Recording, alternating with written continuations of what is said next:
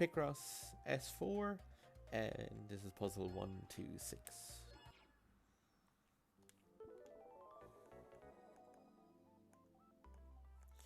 1, 2, gap, 1, gap.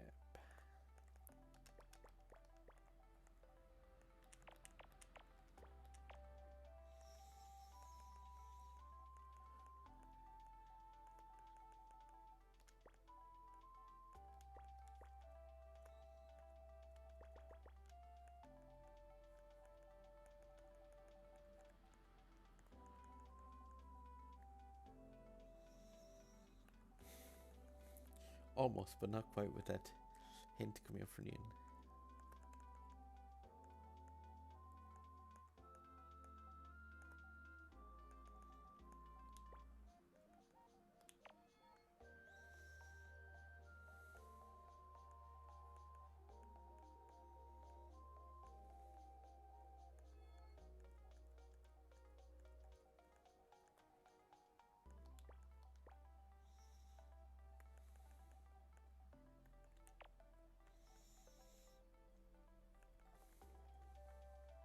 That same principle works here as well, as like if you had a marked in piece here and that was a 2, the fact that this inner wall one would have to be blanked. So because this piece is 7 out from the wall, then you can count the fact that the 6 can't extend back to this wall part here. Just because if the 6 was to start here, it would extend out and then have to become 7. So that's how I'm marking that as an X.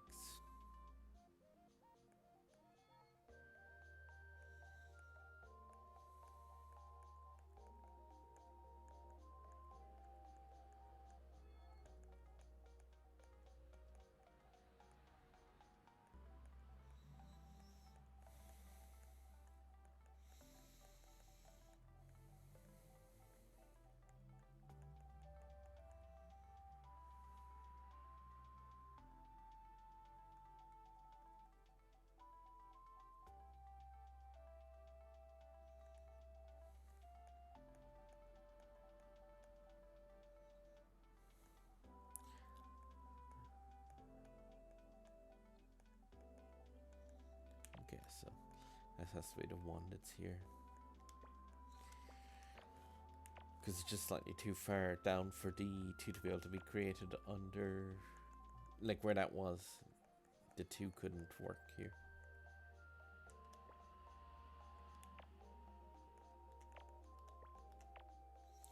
So we're rolling again.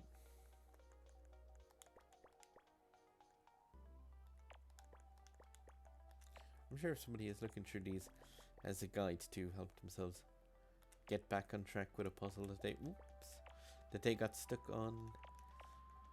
You can fast forward through the workings and ramblings of my brain as I got through these. But if anyone is keen to see how the stuff is done, that's why I include the audio of myself just chatting away whilst working things out. If there's any part where you're thinking like, how did that portion get, like, how did something get worked out? Just, if you leave anything in the comments as a question as to the logic behind anything that I'm doing, I'd be more than happy to go back through any of the puzzles, just because, like, yeah, I really enjoy kind of these, and I do love the fact of, like, yeah, when I find a game that I enjoy quite a lot, to try to share that with others.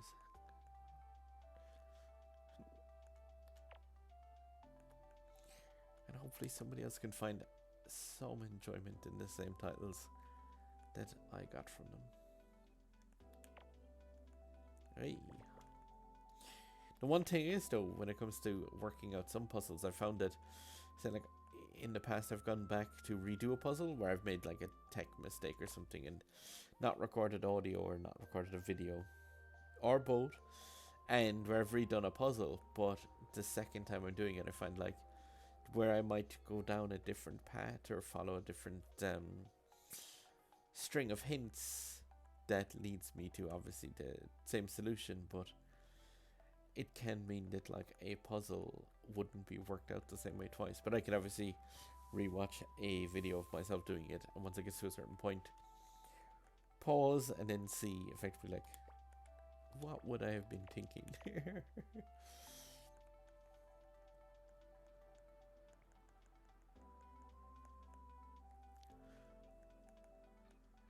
Okay.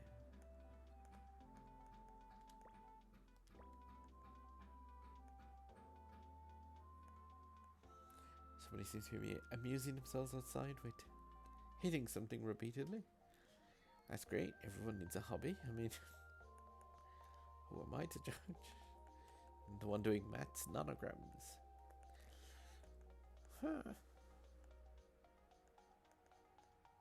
Okay. So again here, so like I'm gonna drop in an X there, but it's just the 2 is up here, and if you were to put the 3 down here, 1, 2, 3, it can't fit because the 3 will have to include this piece. So that piece is a part of the 3, and this piece is going to be an X.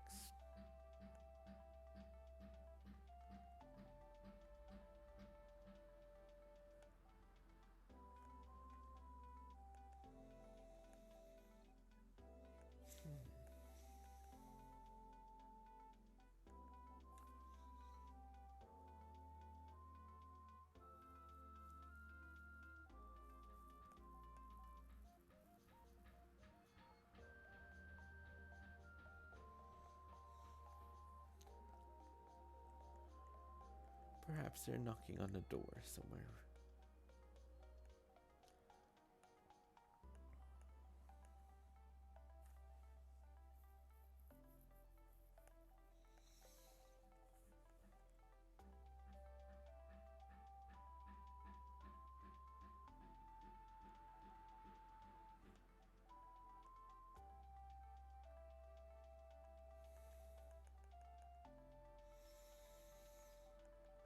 It does, insanely enough, sound like somebody's actually knocking at a door out there.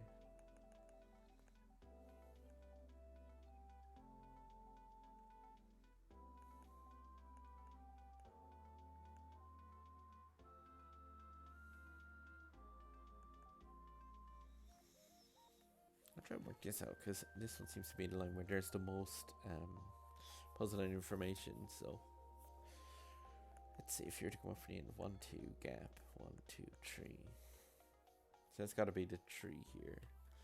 But you still have the gap and the 1 here. But if you were to come down 1, gap 1, 1 to 3, gap 1, 2. So you can't work out that. Not definitively.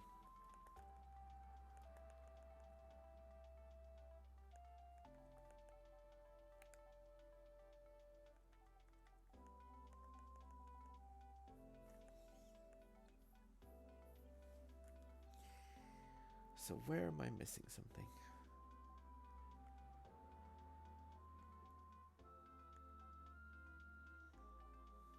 Okay. I see one point where I'm missing something here. Well, I'm missing an X. So if this is a 4 and there's a gap, or if that's a 1, so it wouldn't matter, but if that was a gap, the 1, 2 can't be there. So it'd have to be, like this has to be part of the 2. But if this extends down that far, then this still has to be a gap, because this still has to be 1, 2. So I can put an X here. I come across from the other side and see 2, gap, 1.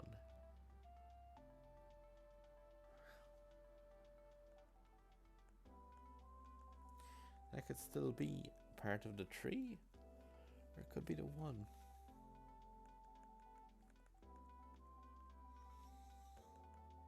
That doesn't help an awful lot, but I have a feeling that should help in some way.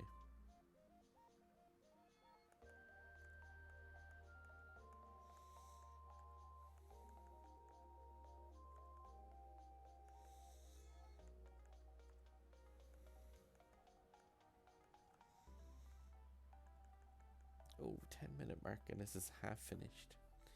That's not a good time.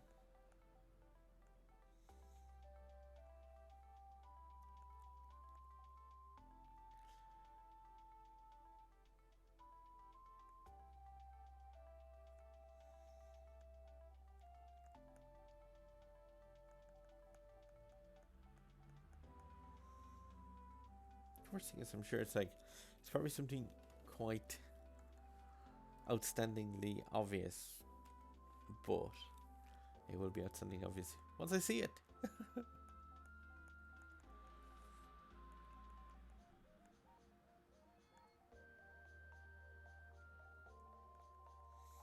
But it can still be one of either of these two.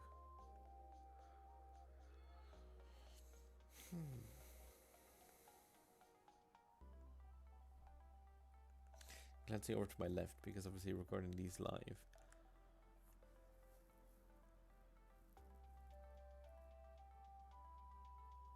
Interesting.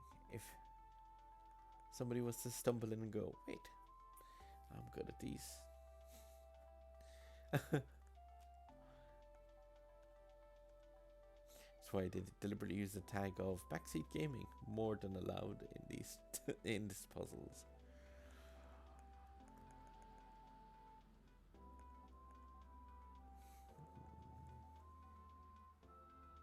I'm just doing a scan of all the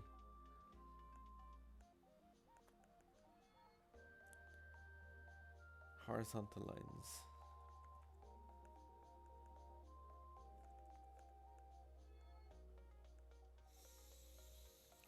And what I might do is just throw some of the 7 into the end and see how it works.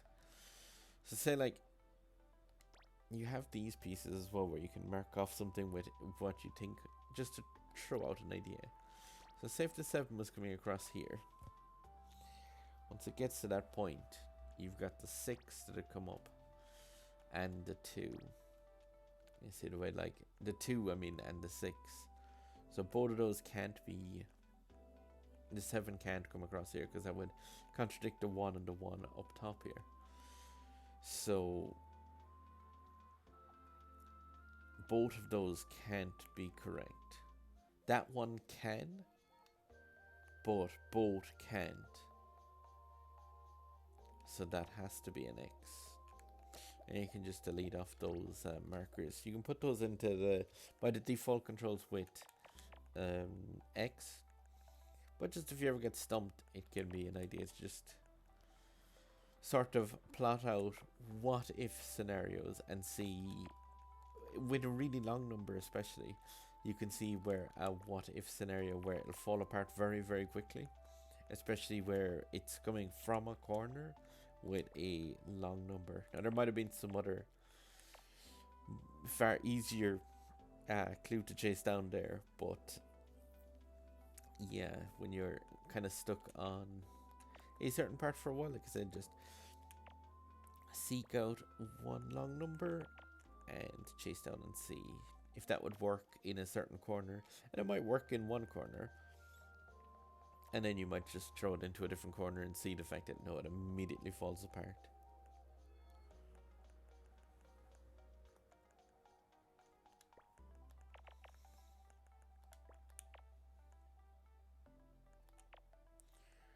Alright, that's definitely got this more than back on track, because obviously like it's a very telltale chunk of the puzzle to see the effect of, to be able to work that out, not with a single movement, but more so with, like I said, doing that what if.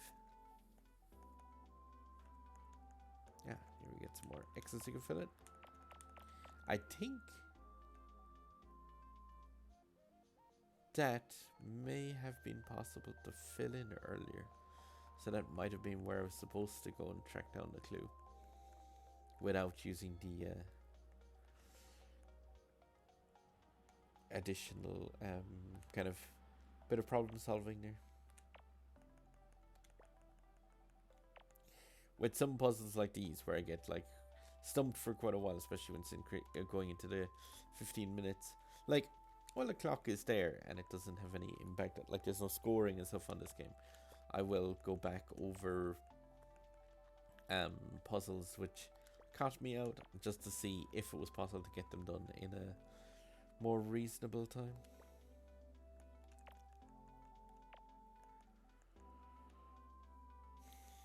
Or like I said, Where did I miss a big clue?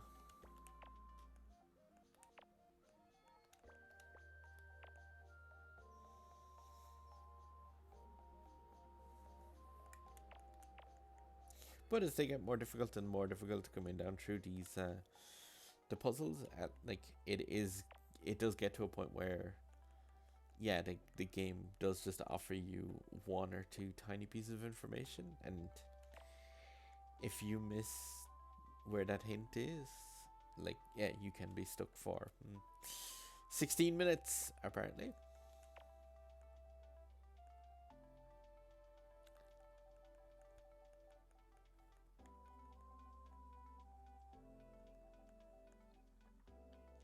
Would love to know the creation of these. Is it automated, or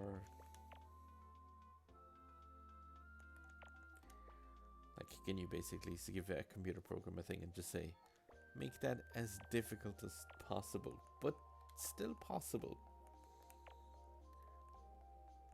Or does there have to be some human interaction in the design of these?